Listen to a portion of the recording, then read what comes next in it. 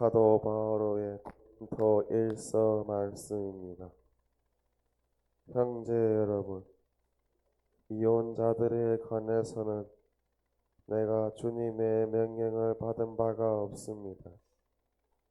그러나 주님의 자비를 입어 믿을 만한 사람이 된 자로서 의견을 내놓습니다. 현재의 재난 때문에 지금 그대로 있는 것이 사람에게 좋다고 나는 생각합니다. 그대는 아내에게 매여 있습니까? 갈라서려고 하지 마십시오. 그대는 아내와 갈라졌습니까? 아내를 얻으려고 하지 마십시오. 그러나 그대가 혼인하더라도 죄를 짓는 것은 아닙니다.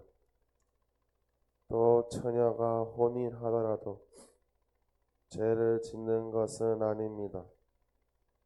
그러나 그렇게 혼인하는 이들은 현세의 고통을 겪을 것입니다. 나는 여러분이 그것을 면하게 하고 싶습니다. 형제 여러분, 내가 말하는 것은 이것입니다. 때가 얼마 남지 않았습니다.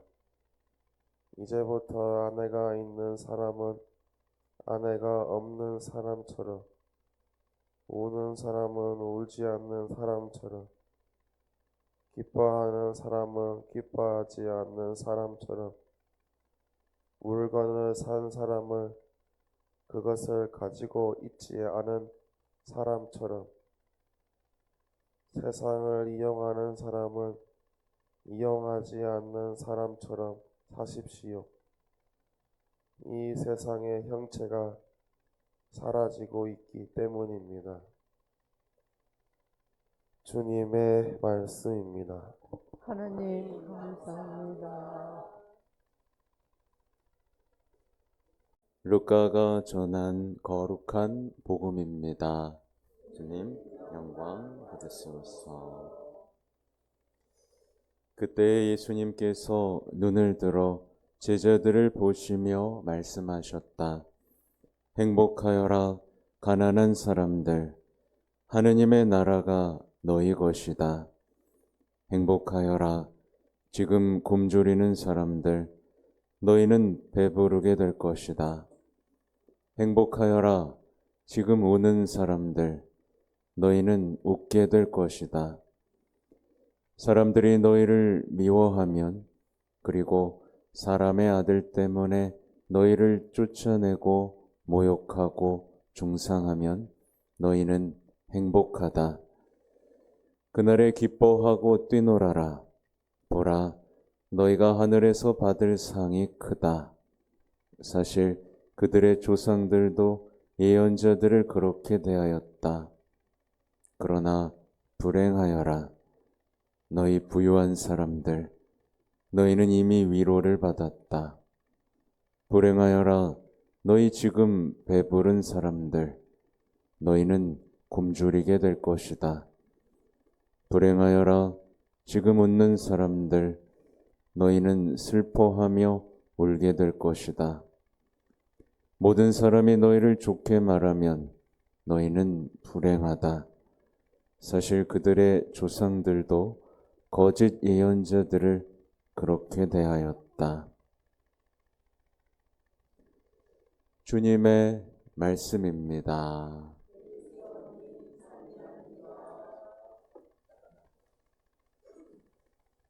예수님, 네, 예전에는 이 성모울타리 올 때 좀 부담이 많이 됐었거든요. 네, 요즘엔 약간 휴가 오는 기분으로 편안하게 옵니다. 진짜로 초반에는 전날 저녁 막 잠도 못 잤어요. 뭘 해야 되지? 막 한 페이지, 두 페이지 막 잔뜩 써놓고 왔었는데, 그렇다고 뭐 성의 없이 오는 건 아니고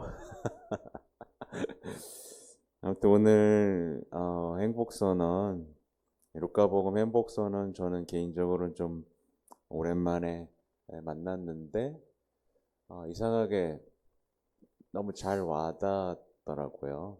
또 노래를 듣는데도 그렇지, 그렇지 라는 생각이 들었는데 여러분은 어떠셨어요? 잘 이해가 됐어요? 네, 아닌 것 같은데. 네. 그러니까 사실은 오늘의 이야기를 이해하기는 쉽지가 않죠.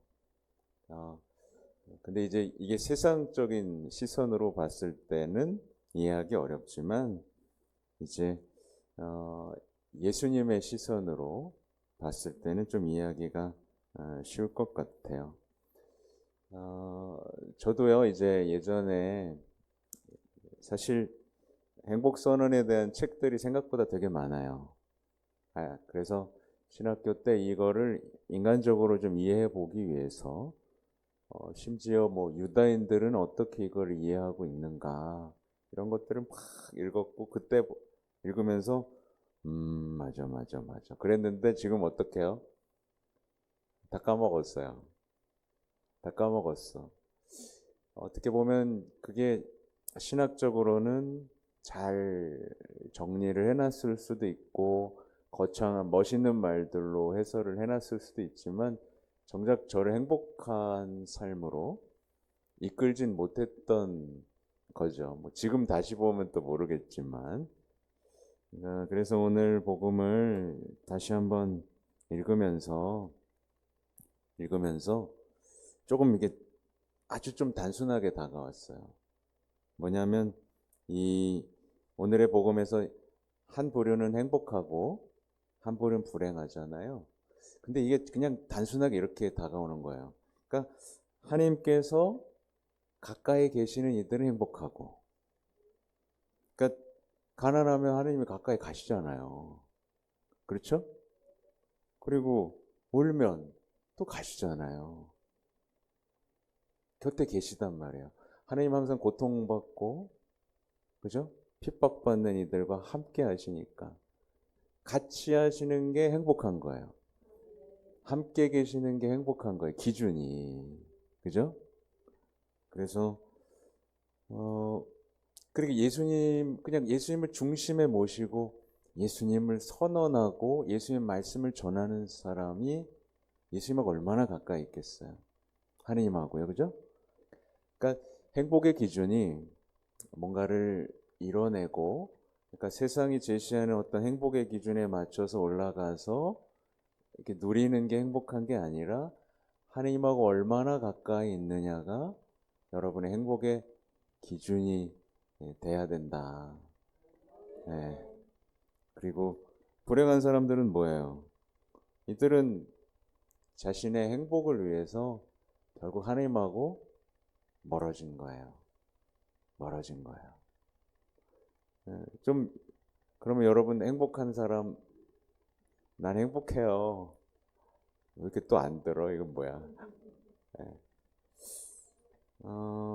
그래서 보면 이 말을 조금 다르게 말해보면 예수님처럼 사랑하는 사람은 행복하다. 그렇죠? 그러니까 예수님의 어떻게 보면 이 복음의 주인공이 누구예요? 지금 정체성이요? 예수님이에요. 예수님의 정체성이 그대로 드러나 있는 거거든요. 그래서 예수님처럼 사랑하는 사람은 행복한 거고 이기적으로 자신만 생각하며 사는 사람들은 어때요? 불행해지는 거예요. 되게 어떻게 보면 단순하죠, 그죠? 그럼 이쯤에서 여러분 제가 늘 묻는 거지만 예수님 행복해 보이죠? 네, 성모님도 행복해 보이죠? 네, 예수님처럼 되고 싶죠? 네.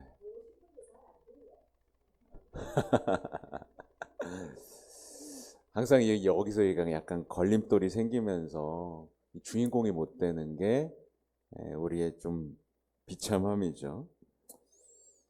아무튼 이 이야기를 이어가며 이제 예수님이 하셨던 일을 하는 사람이 행복한 거고, 다 결국 예수님 얘기예요.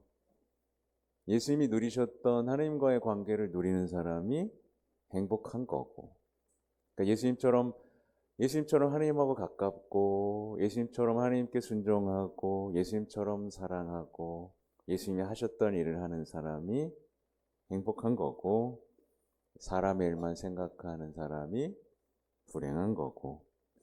그래서 이제 예수님처럼 살아가니까 어디에 속해요? 영원한 생명에 속하잖아요. 그죠? 영원한 생명에 속한 이들은 행복하고, 어떻게 보면 눈에 보이는 피상적인 행복을 찾는 사람들은 불행하다. 이렇게 볼 수가 있겠죠.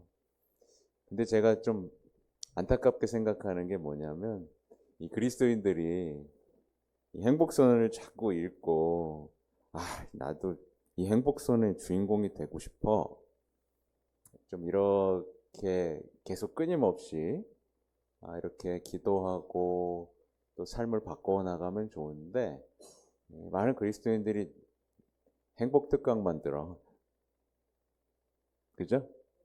행복 특강 듣고 어떤 피상적인 잠시 만족을 주는 삶의 방식, 여기에서 행복 찾기를 자꾸 하고, 그러다가 행복 찾기 하다가 어때요? 결국에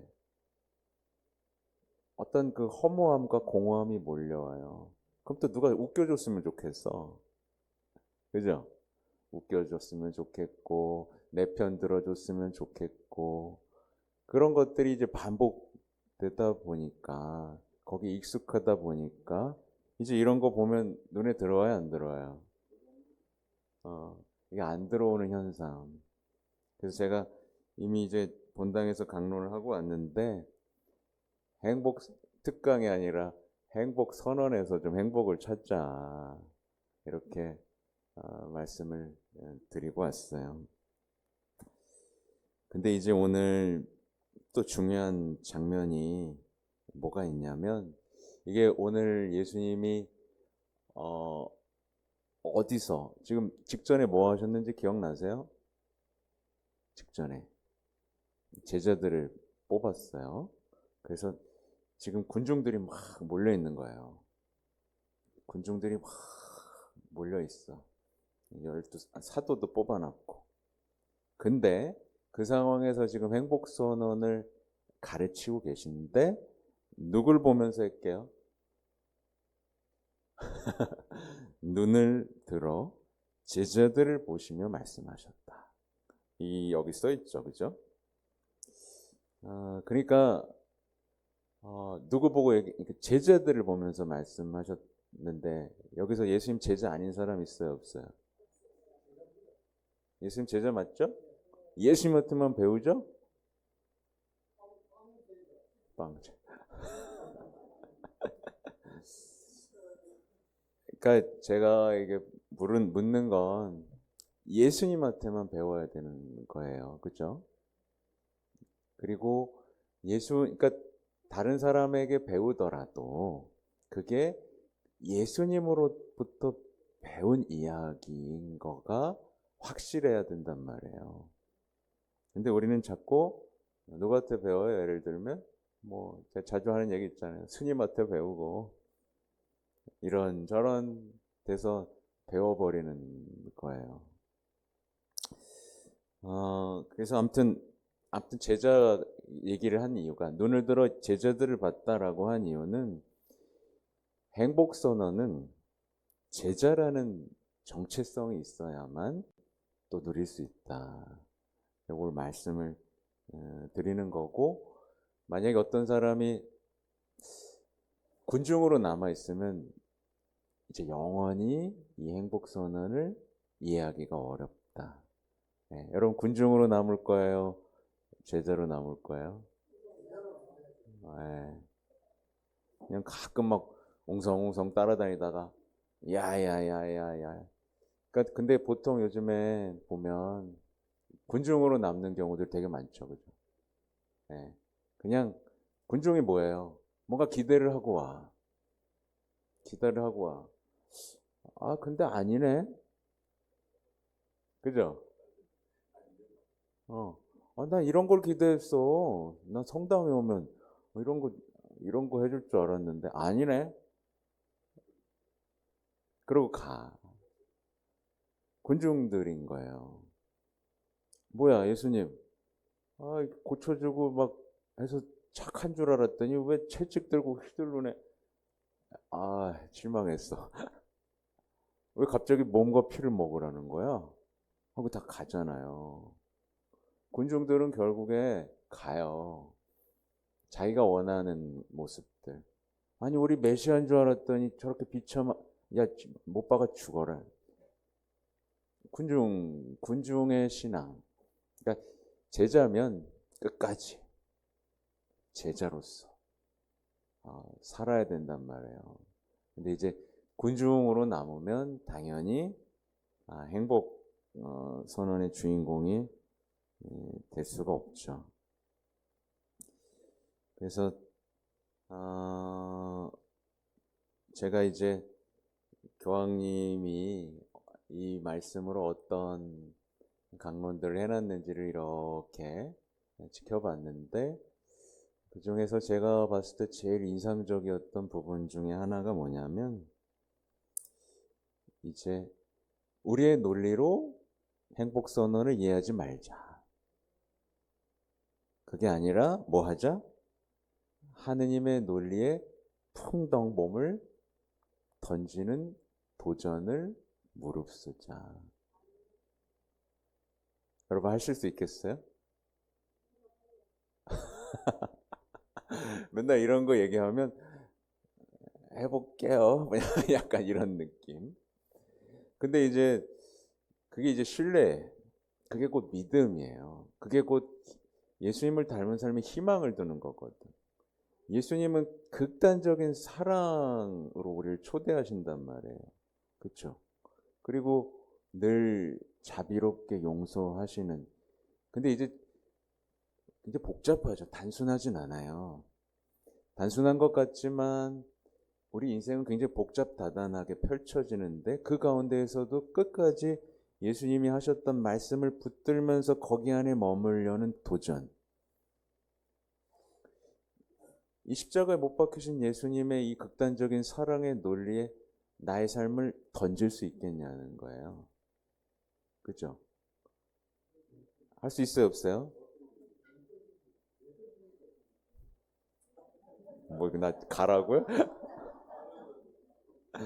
그러니까 예수님은 실패한 적이 없단 말이에요. 한 번도 실패한 적이 없어. 패배한 적도 없단 말이에요. 약속을 어긴 적도 없단 말이에요. 근데 우리는 그걸 두려워한단 말이에요. 그쵸?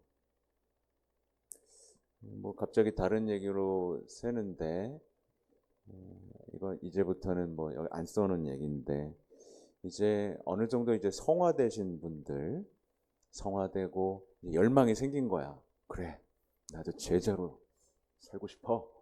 예, 좀 열망 있는 사람 있어요? 열망은 있어요? 열망은 있어요는 뭐야? 네, 그래요. 그 열망이 있는 게 아닌데. 네. 아무튼 아, 아무튼 그 열망이, 갈망이 있는데 자꾸 이제 한계에 부딪힌단 말이에요. 뭔가 나의 연약함, 나의 부족함, 나의 두려움, 이런 것들을 부족함을 느끼고 그것을 뭔가 넘어서려고 하지만 넘어서지지 않는. 그래서 어떻게 보면 이렇게 정체된 신앙 안에 갇힌 분들이 꽤 많이 있다. 그렇죠? 여러분 이거 딱 벗어나고 싶잖아요. 근데 이 비밀들이 뭘까? 요즘에 그런 생각들을 좀 많이 하거든요. 근데 사실은 뭐 얼마 전에 했던 강론이긴 하지만 그 연약함이라는 거가 예수님에게도 드러나잖아요. 그쵸? 예수님은 연약함을 감춘 적이 없어요. 옷도 다 빼앗겼잖아요. 그냥 이 연약함을 주님 앞에 드러내는 그 친밀함과 그 위선을 벗겨내는 거예요. 위선의 옷을. 그러면 그 배에 예수님이 타시고 이제 여러분을 그 연약함을 통해 강력한 구원의 힘을 드러내는 그 예수님을 닮은 삶을 살도록 초대해 주시거든요. 근데 이 말이 좀 어렵나 봐요. 다들 눈을 껌뻑거려. 근데 보면 이제 구유 안에서 예수님도 연약함으로, 성취 안의 예수님도 연약함으로, 쪼개짐으로, 부서짐으로, 십자가의 예수님도 똑같이 무력함으로 구원하시고 사랑하는 그 강력함이 있지 않습니까? 그죠? 그리고 제자로서의 훈련들이 다 있어요. 훈련 과정들이 있어요. 그럼에도 불구하고 훈련 과정을 가장 완벽하게 통과한 첫 번째 제자가 바로 성모님인데, 그 온갖 다 포기하고 싶었던 순간들, 그 안에서도 갖고 있었던 게 뭐예요? 희망, 믿음. 그쵸? 예수님이 그 피 흘리는 과정 속에서도 눈물을 흘리면서도 희망을 잃지 않았던 그 훈련들. 아무튼 이런 복합적인 것들이 사실 어려운 일이 아닌데 다들 그냥 넘어져 버리고 뒤돌아 버리고 그 다음에 불행한 사람의 삶을 선택하더라. 말하자면 이거예요. 신부가 모든 사람이 좋게 말하는 신부가 되는 게 목표라고 생각해 보세요. 어떻게 되죠? 불행해져요. 불행해져요. 이렇게 돌아와 버리는 거예요. 그 제자로서의 과정을 밟는 게 아니라 불행 선언으로 돌아와 버리는 거예요. 지금 부유한 사람들, 인간관계도 풍요롭고 아는 것도 많고 굉장히 안정적이죠. 행복해 보이죠? 아니에요. 저는 이제 사목을 이제 대도시나 이런 쪽에서도 해보면 이 갖춘 사람들의 불행은 정말 이루 말할 수가 없어요. 여러분 잘 모를 수도 있어요.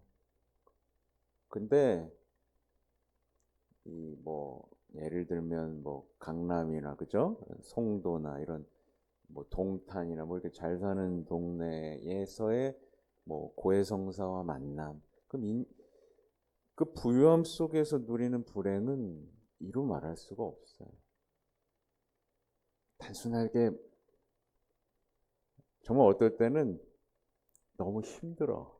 그 만남과 대화가 어떻게 이렇게까지 꼬여 있고 어떻게까지 본인들이 불행을 향해 선택해 나가는 그 모습이 되게 안타까울 때가 있어요.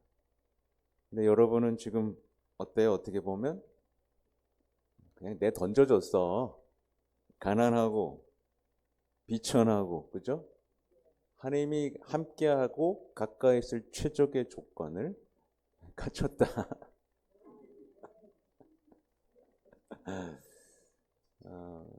그러니 우리가 해야 될 건 끊임없이 그분 눈을 바라보면서 그분에게 배우고 그분을 절대로 불신하지 않고 그분께 희망을 두면서 나에게 맡겨주신 달란트, 사명들을 살아가고 거기서 오는 당연한 이 결과들, 미움받고 쫓겨나고 모욕하고 중상하는 것에 더 행복을 느낄 수 있다면 참 좋겠어요. 그죠? 이게 보면 근데 또 그 다음으로 도왕님의 말씀에서 또 한번 묵상하고 싶은 게 뭐냐면, 교황님은 우리가 우상 숭배를 좀 없앴으면 좋겠다. 이 행복선언을 통해서 그 얘기를 하시는데요. 예를 들면 이런 거예요. 예수님의 행복선언이 아니라 행복하게 해주겠다는 사람들을 막 쫓아가. 행복하게 해주겠다는, 여러분 제가 행복하게 해드리겠습니다. 저만 믿고 따라오세요. 막 쫓아가요. 막 쫓아가면서 그 다음 쫓아가는 가운데 예수님, 나 쫓아가고 있는데 행복하게 해주실 거죠? 그러면 지금 이게 뭐죠?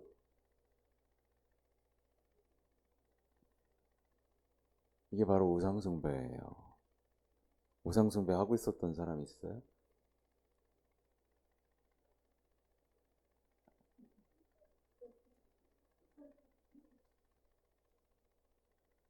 근데 이게 굉장히 우리 신앙 안에 일상화되어 있다. 예수님이 아닌 사람이 막 행복하게 해주겠다라고 했는데 그걸 쫓아가면서 예수님 저 잘되게 해주실 거죠? 라고 하는 그 우상숭배. 이게 뭐냐면 이게 첫째 계명을 어긴 거예요. 그죠? 어디 갔냐? 이게 첫째 계명을 어긴 거니까 어떻게 되겠어요? 나머지 다. 그러니까 이 시대에는 이것을, 이 우상숭배 때문에 어떻게 되죠? 주일도 그냥 쉽게 어기는 거야. 왜? 내가 행복하면 되니까. 예수님, 행복을 위해서라면, 가족을 위해서라면 이해해 주셔야 되지 않겠습니까? 하나씩 하나씩. 첫 번째가 무너졌으니까 다 무너지는 거예요. 하나님 사랑, 이웃 사랑, 이 단순한 계명조차 어기면서 우리는 행복을 쫓는 거예요.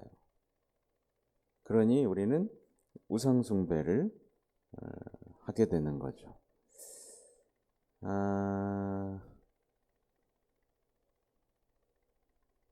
그래요. 성모님의 행복을 기억하면서 마쳐야 되겠는데, 성모님이 이렇게 말씀하시잖아요. 그분께서 당신 종의 비천함을 굽어보셨기 때문입니다. 이제부터 과연 모든 세대가 나를 행복하다 하리니 라고 하셨어요. 그러니까 성모님의 행복의 비밀은 하나님과의 거리가 좁혀지다 못해 완벽하게 하나가 되고 하나님의 자리가 된 행복입니다. 그렇죠? 그러니까 온갖 이 행복의 조건 중에서 세속정신에서부터의 해방이 사실 제일 중요해요. 네, 세속정신으로부터의 해방. 이게 없으면 성당에 나오면서도 끊임없이 죄 짓는 사람, 하나님을 전혀 모르는 불신자의 행복을 부러워하게 돼요. 나도 저렇게. 난 하나님 옆에 있는데 막 어디 여행 다니고 그런 사람들을 막 부러워하게 된단 말이에요. 그렇죠? 부러워요, 안 부러워요? 네, 부러운 표정이 있어요. 아무튼 그렇습니다. 다 얘기한 것 같네요. 아무튼 뭐 이따가 또 다른 얘기로 함께 하죠. 네, 이어서 미사 계속 이어하겠습니다. 성모 울타리 1회 우리 밀빵 보고 계십니다. 이 빵이 참 빵 잘 만들어요. 참 진짜 고소하고 맛있어요. 근데 우리 여기 빵은 내가 먹으면 아무 탈이 없어요. 그래서 좋은 줄 알아요. 여러분들 이 빵 한번 구입해서 드셔보세요. 그러면 아주 건강한 빵. 아이들 요즘 너무 방부제 많이 들어간 빵들 먹으면요, 그게 이제 환경 호르몬하고 연결돼갖고 애도 못 낳는 거예요. 그 중고등학교 때 다 망치는 거예요. 이렇게 건강한 빵, 귀양 먹을 거, 우리, 진짜 맛있다. 여러분들, 1회 우리밀, 전화번호 밑으로 나갈 겁니다. 전화하셔갖고 택배 주문하시면은 그리고 이거는 받자마자 바로 드셔야 돼요. 왜냐면 한 2, 3일 지나고 나면 바로 곰팡이 나요. 냉장고에 넣으면 또 한 2, 3일은 또 되더라고. 냉동실에.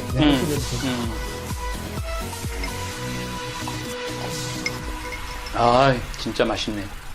여러분들, 양산 성모 울타리, 일의 우리밀, 하느님께서 마련해 주신다. 그런 뜻이죠? 예. 하느님께서 마련해 주신다. 그래서 일의 우리밀, 빵 많이 애용해 주시기 바랍니다. 맛 좋고 믿음 가는 순수 우리 밀빵